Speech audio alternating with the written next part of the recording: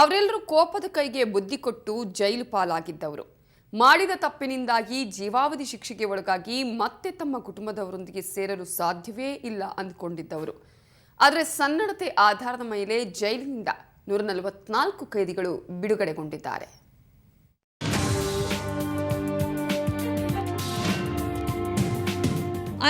ನೇ ಗಣರಾಜ್ಯೋತ್ಸವದ ಹಿನ್ನೆಲೆಯಲ್ಲಿ ಸನ್ನಡತೆ ಆಧಾರದ ಮೇಲೆ ರಾಜ್ಯದಾದ್ಯಂತ 144 ಕೈದಿಗಳಿಗೆ ಬಿಡುಗಡೆ ಭಾಗ್ಯ ಸಿಕ್ಕಿದೆ. ಬೆಂಗಳೂರಿನ ಪರಪ್ಪನ ಅಗ್ರಹಾರ ಕೇಂದ್ರ ಕಾರಾಗೃಹದಲ್ಲಿ ಸಂಭ್ರಮ ಮನೆ ಮಾಡಿತು. ಯಾಕಂದ್ರೆ 61 ಕೈದಿಗಳನ್ನ ಸನ್ನಡತೆ ಆಧಾರದ ಮೇಲೆ ಬಿಡುಗಡೆ ಮಾಡಲಾಯಿತು. ತಾವು ಮಾಡಿದ ತಪ್ಪಿಗೆ ಪ್ರಾಯಶ್ಚಿತ್ತ ಅನುಭವಿಸಿದ ಕೈದಿಗಳನ್ನ ಗುರುತಿಸಿ ಬಿಡುಗಡೆ ಮಾಡಲಾಯಿತು. ಬಿಡುಗಡೆಗೊಂಡ ಕೈದಿಗಳಿಗೆ ಗೃಹ ಸಚಿವ ಪರಮೇಶ್ವರ್ ಶುಭ ಹಾರೈಸಿದರು. ಮತ್ತೊಂದು ಅವಕಾಶ ಸಿಕ್ಕಿದೆ ಜೀವನದಲ್ಲಿ ಸರಿಯಾಗಿ ನಡ್ಕೊಳ್ಳೋದಕ್ಕೆ, ಸಮಾಜದಲ್ಲಿ ಎಲ್ಲರಂತೆ ಅವರು ಬದುಕೋದಕ್ಕೆ ಅವಕಾಶ ಸಿಕ್ಕಿದೆ. ಏನೋ ತಪ್ಪು ಮಾಡಿದ್ದಾರೆ, ಆ ತಪ್ಪಿನ ಅರಿವಾಗಿದೆ ಅಂತ ಹೇಳಿನೇ ಅವರು ಈ ರೀತಿ ನಡ್ಕೊಂಡಿದ್ದಾರೆ.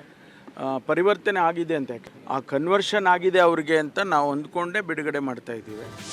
ಈ ಬಾರಿ ಬೆಂಗಳೂರು ಕೇಂದ್ರ ಕಾರಾಗೃಹದಿಂದ 61, ಮೈಸೂರು ಜೈಲಿನಿಂದ 23, ಬೆಳಗಾವಿ ಜೈಲಿನಿಂದ 17, ಕಲಬುರಗಿ ಜೈಲಿನಿಂದ 18, ವಿಜಯಪುರ ಜೈಲಿನಿಂದ 16 ಹಾಗೂ ಬಳ್ಳಾರಿ ಜೈಲಿನಿಂದ 9 ಕೈದಿಗಳನ್ನು ಬಿಡುಗಡೆ ಮಾಡಲಾಯಿತು.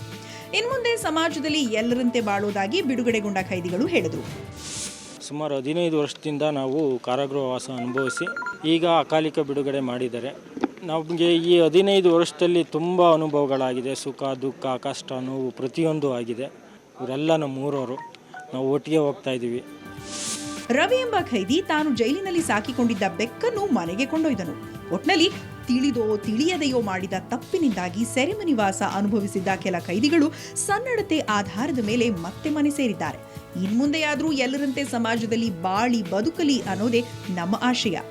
ಆನೇಕಲ್ನಿಂದ ಕ್ಯಾಮರಾಮನ್ ರವಿಕುಮಾರ್ ಜೊತೆ ಮಂಜುನಾಥ್, ಸುವರ್ಣ ನ್ಯೂಸ್.